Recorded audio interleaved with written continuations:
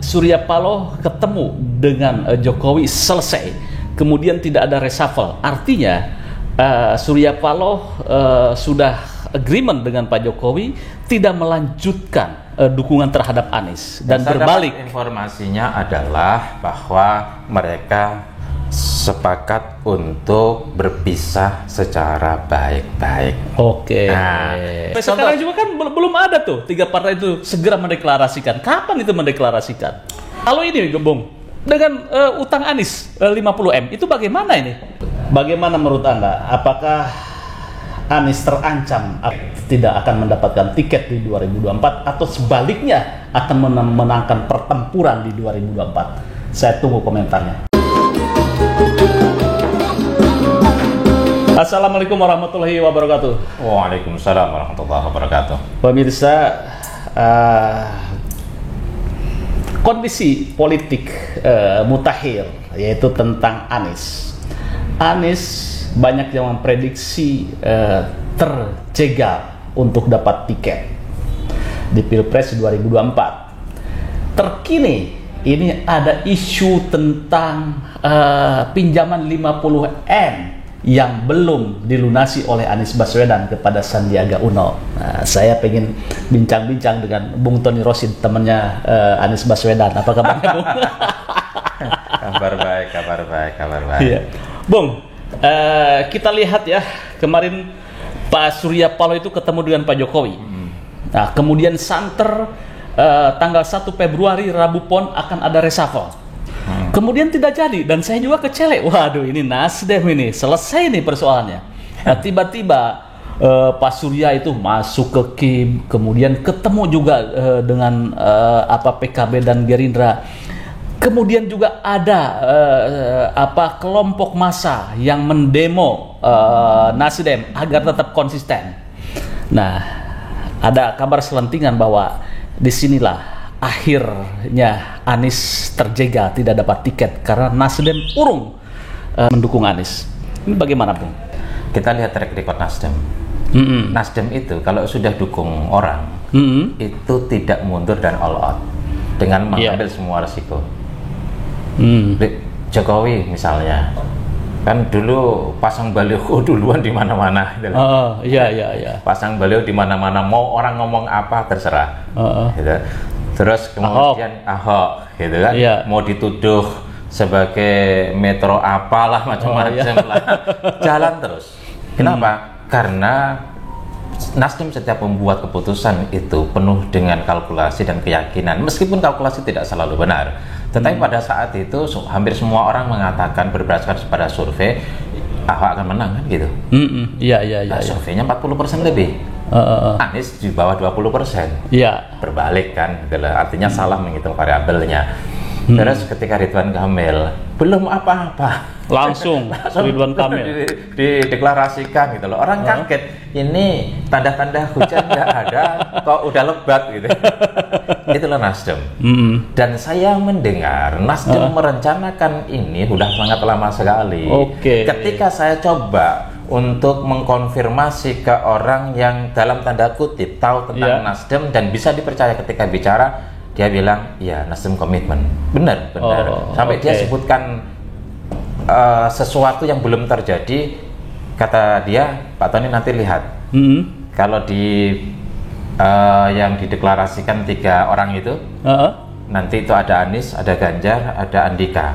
Saya dapat informasi Andika dari dia. Media belum ada sama sekali. 2 minggu kemudian betul, ternyata 3 nama itu muncul. Ini terkonfirmasi. Makinlah saya, apa yang saya pikirkan terkait dengan Nasdem, betul bahwa Nasdem itu kalau melangkah itu betul-betul sudah dipikirkan. Kalau sudah melangkah itu pegang komitmen dan terus dia lakukan, dan terutama dia berani ambil resiko. Maka ini kita lihat pada saat 1,5 bulan yang lalu kira-kira lah, 6-7 minggu yang lalu itu kan ada pertemuan Surya Paloh dengan LBB. Ramai itu. Betul. Itu baru dimunculkan setelah 1 bulan. Kenapa itu dimunculkan? Saya tanya ke sana kemari orang-orang yang memang terlibat. Iya, iya, iya. Ya, terlibat dekat lah dengan Apa yang Anda dapat Yang informasi? saya dapat informasi, ya karena memang yang diharapkan oleh LBP nggak dapat, ya kemudian dibuka seolah-olah kemudian ke publik sebagai pesan, udah ketemu LBP lah, seolah-olah udah selesai lah. Padahal iya, iya. tidak. Itu kan Berarti tidak ada ini, tidak itu ada. sepakat untuk tidak sepakat. Oh, sepakat untuk tidak sepakat. Bahasa sederhananya sepakat untuk pisah lah. Iya, oke. Secara baik-baik. Terus kemudian di kemudian hari ketemu lagi lah sama Jokowi gitu kan. Saya dapat informasi juga. Ini lagi-lagi perlu saya katakan bahwa memang membuat analisis politik bagi orang kayaknya mudah. Seolah-olah semua orang bisa. Iya, iya, iya. Di warung kopi, di medsos, di mana-mana seolah-olah benar. Saya yakinkan bahwa untuk membuat analisis politik itu 2 syarat. Kalau mau agak akurat. Yang pertama punya teori. Yang kedua punya data, dan data ini adalah dari panggung belakang. Maka kalau mau menjadi analis politik, sering-seringlah berkomunikasi dan bersilaturahmi dengan para pelaku. Kalau enggak, akhirnya referensi kita medsos, referensi kita media. Padahal itu dapur berdebat. Secara teoritis ada dramaturgi, event movement itu. Ada panggung depan, ada panggung belakang. Kalau kita hanya tahu panggung belakang, maka kemudian, contohlah misalnya ada yang menganalisis Surya Paloh ketemu sama Jokowi. Selesai lalu itu. Dia analisis, padahal itu di dalam kamar gitu kan, di dalam ruangan yang dia tidak tahu menahu, tidak dapat informasi. Apa yang dibicarakan Pak Jokowi dengan Surya Paloh kita tidak tahu gitu aja. Tidak apa tahu, sebetulnya? Gitu. Kenapa tidak mencari tahu? Kalau tidak bisa ke Surya Paloh langsung, ke orang keduanya Surya Paloh. Bisa ke keduanya Surya Paloh, minimal ke orang tiganya Surya Paloh, tapi lagi-lagi betul-betul itu konfirmasi dan orangnya bisa dipercaya. Kalau tidak, ya akhirnya tadi ya biasanya banyak sejumlah akademisi, kita kan juga orang akademisi kan, Anda orang S2 meskipun belum lulus kan. Sudah ya. Selawat. Kita orang akademisi itu kan. Orang akademisi itu kadang di Menara Gading. Dia hanya berbasis kepada teori, padahal teori itu global, karena sosial kan global. Seringkali perlu dirinci ketika berkaitan dengan hal-hal yang bersifat mikro kan. Apa yang Anda dapatkan bahwa Surya Paloh ketemu dengan Jokowi selesai, kemudian tidak ada reshuffle. Artinya Surya Paloh sudah agreement dengan Pak Jokowi tidak melanjutkan dukungan terhadap Anies dan berbalik. Informasinya adalah bahwa mereka sepakat untuk berpisah secara baik-baik. Soal kemudian reshuffle, ini lucu. Saya Japri ada temen, Mas pagi-pagi. Wah besok ini Anda, saya infonya Anda mau masuk kabinet lagi nih karena mantan menteri. Iya. Langsung dia telepon. Kata siapa? Katanya, itu info dari langit itu ya, gitu kan? Itu info burung dipercaya, gitu loh. Enggak, aminkan dulu, amin kata dia. Ya informasi kuat, nanti kalau udah landing aku kabari. Karena dia bilang begitu. Kalau udah landing baru itu konkret. Kan? Benar, besoknya hari Rebu pun itu kan hari Selasa dia telepon saya. Hari Rebunya dia tungguin seharian. Nggak jadi. Jangan kemudian ini diartikan bahwa ini adalah akibat pertemuan itu, tidak selalu seperti itu. Jadi seolah-olah kemudian dikait-kaitan, pokoknya matok gadok. Enggak. Jadi tetap kita harus mencari informasi. Sekarang kan juga malah bingung lagi. Ini Plate lagi diusik sama Kejagung, gitu kan? Berarti belum sepakat dong. Iya. Kita dimainkan mindset pikiran kita dimainkan oleh situasi-situasi. Itulah kalau kita tidak mencoba untuk mendapatkan informasi-informasi dari para pelaku. Bung, begini, saya juga sama nih. Ini Rabu Pon katanya mau reshuffle. Wah, ini nggak ada reshuffle. Wah, artinya ini Pak Surya itu berbelok nih, berpaling dari Anies, nggak mendukung Anies. Dan sampai sekarang juga kan belum ada tuh 3 partai itu segera mendeklarasikan. Kapan itu mendeklarasikan?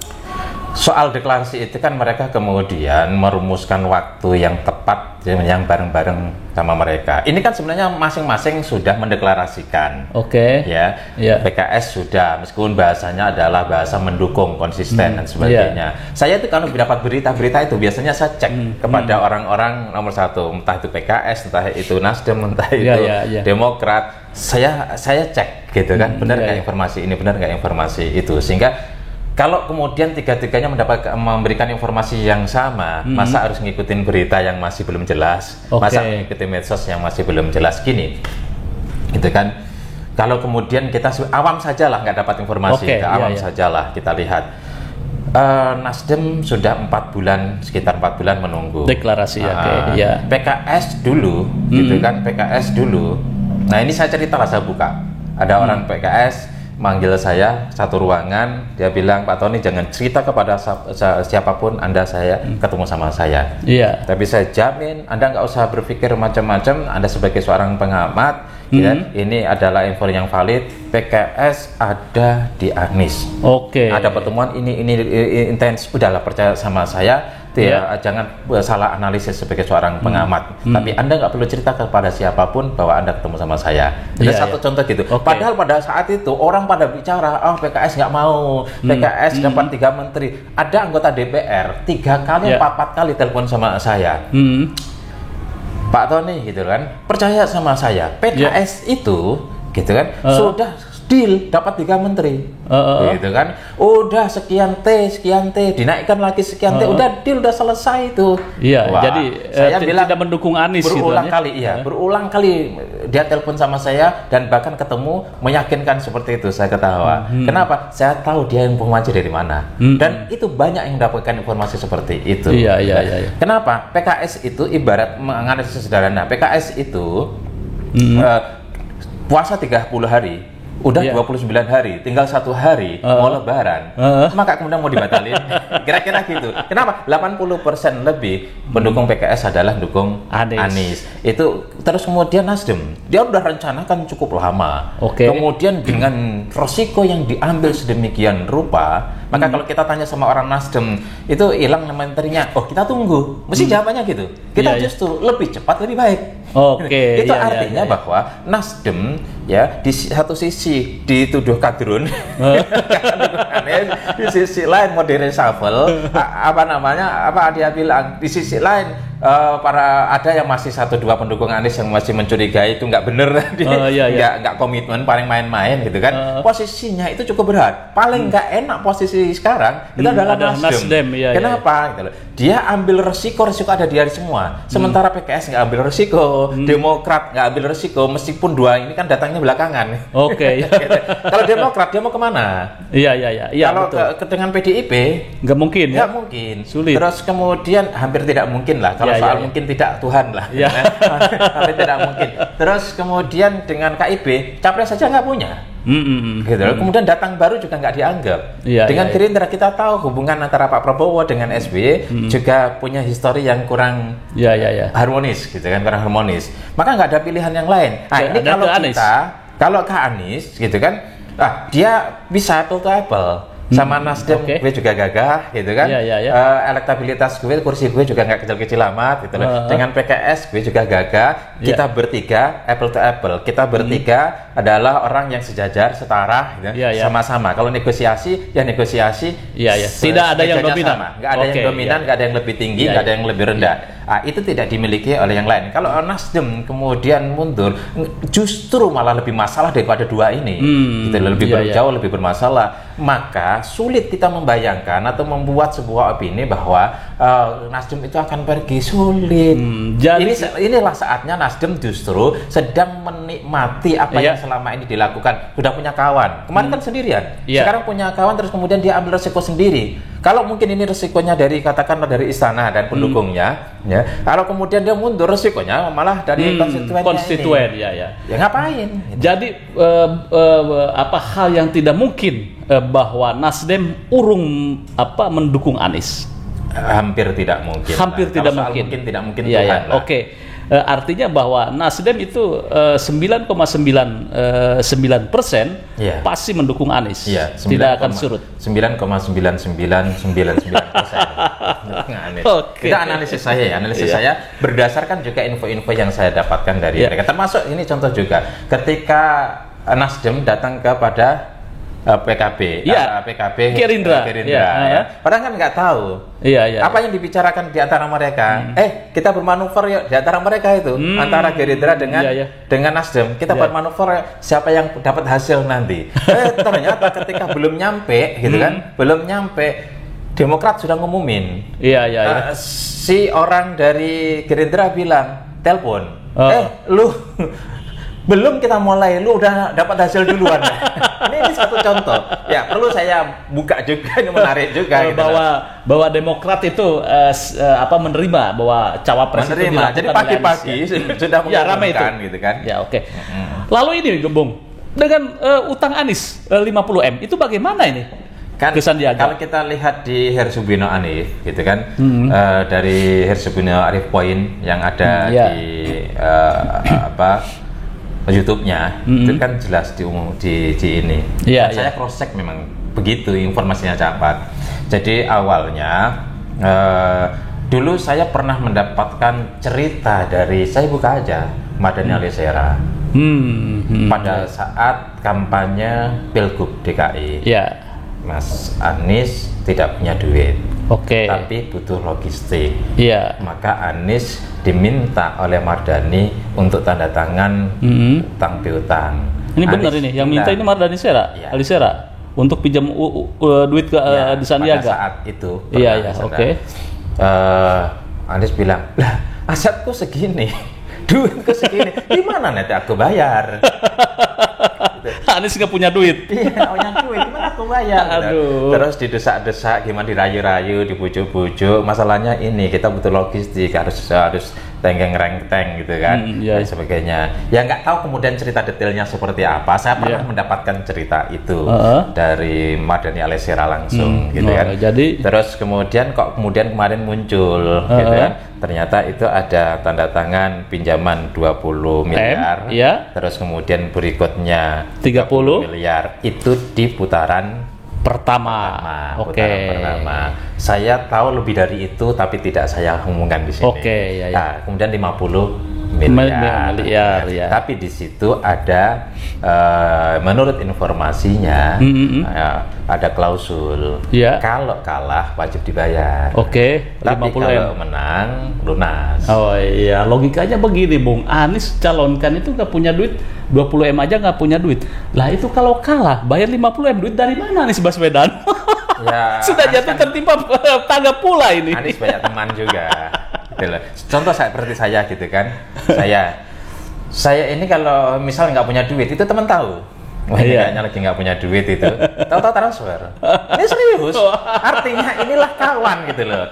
Saya pikir kawan Anies jauh lebih banyak daripada saya, jauh lebih punya yang banyak kaya daripada saya. Itu satu contoh. Jadi kita nggak bisa kemudian menggunakan logika pure matematis, juga nggak bisa, karena dalam hidup ini seringkali kita hitung pendapatanku segini tapi kok cukup, padahal pengeluaran segini kan.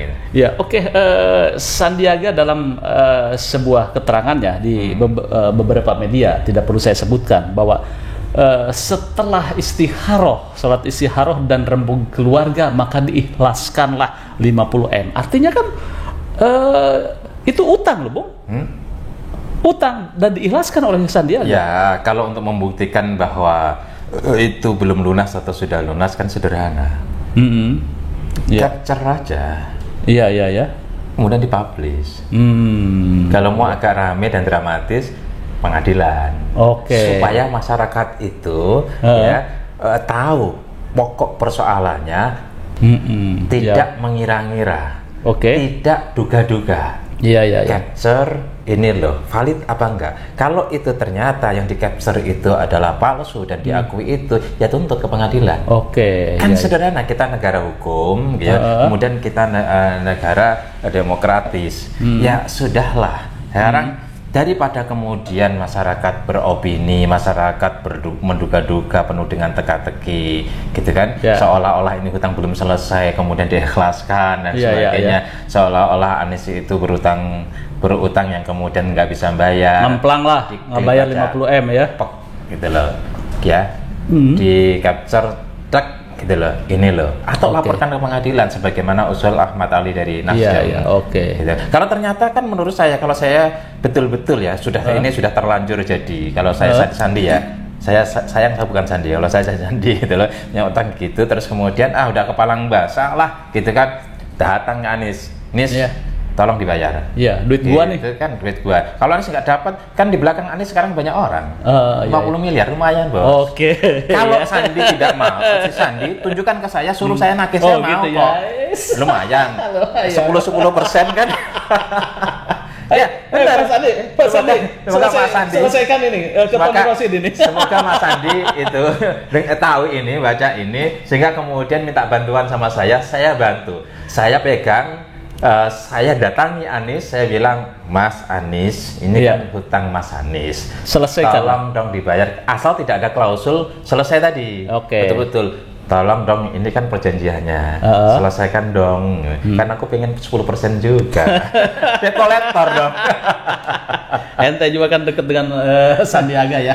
Saya dekat dengan Sandiaga, betul. Saya dekat sekali. Waduh, ini sayang sekali nih. Anies Baswedan berkawan dengan Sandiaga. Tiba-tiba ini di penghujung atau permulaan untuk Pilpres ini tiba-tiba muncul. Iya, utang pertanyaannya piutang. kenapa?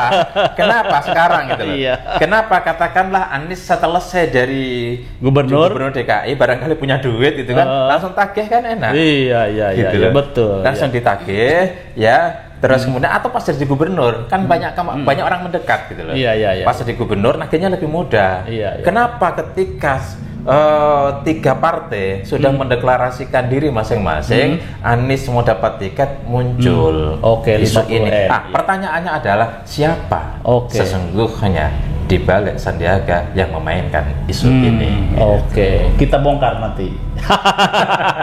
Menurut Anda implikasinya bagaimana nih? Justru menguntungkan bagi Anies. Oke. Nyatanya memang viral di mana-mana, orang saweran bikin saweran sekarang. Wih, Masya Allah. Gitu kan, bikin saweran. Ada yang kemudian aku lihat di medsos itu, di grup WA itu kan, ada orang bikin saweran untuk itu, kemudian ada orang yang sudah transfer. Wih, Oke. hebat sekali. Oke, kita buka nih saweran buat Anies Baswedan. Kita lihat untuk secara hukum gimana dulu, bisa kita ucapkan nggak kena nanti kita. Oke, pemirsa, luar biasa analisa Bung Tony Rosin. Jadi closing statementnya, apakah Anies tidak akan dapat tiket dan ini akan menjadi masalah besar atau sebaliknya? Sebelum Nasdem mendeklarasikan Anies tanggal 3 Oktober, Iya. saya membuat beberapa tulisan dan kesimpulan tulisan saya adalah Anies akan nyapres. Iya. Apa dasarnya? Semua partai ingin menang. Oke, Semua iya. partai ingin berkuasa. Karena semua partai ingin menang, berkuasa, di dalam kekuasaan itu ada logistik dan ada Iya. akses, maka mereka akan cari yang menang, yang potensi menang, dan Anies Iya. punya potensi menang. Variabelnya adalah variabel hari ini dan variabel yang akan datang Oke. bisa dijelaskan. Gitu. Bagaimana menurut Anda? Apakah Anies terancam akan mendapatkan tiket, tidak akan mendapatkan tiket di 2024, atau sebaliknya akan menangkan pertempuran di 2024? Saya tunggu komentarnya. Terima kasih. Jangan lupa like, share, subscribe. Wassalamualaikum warahmatullahi wabarakatuh. Waalaikumsalam warahmatullahi wabarakatuh.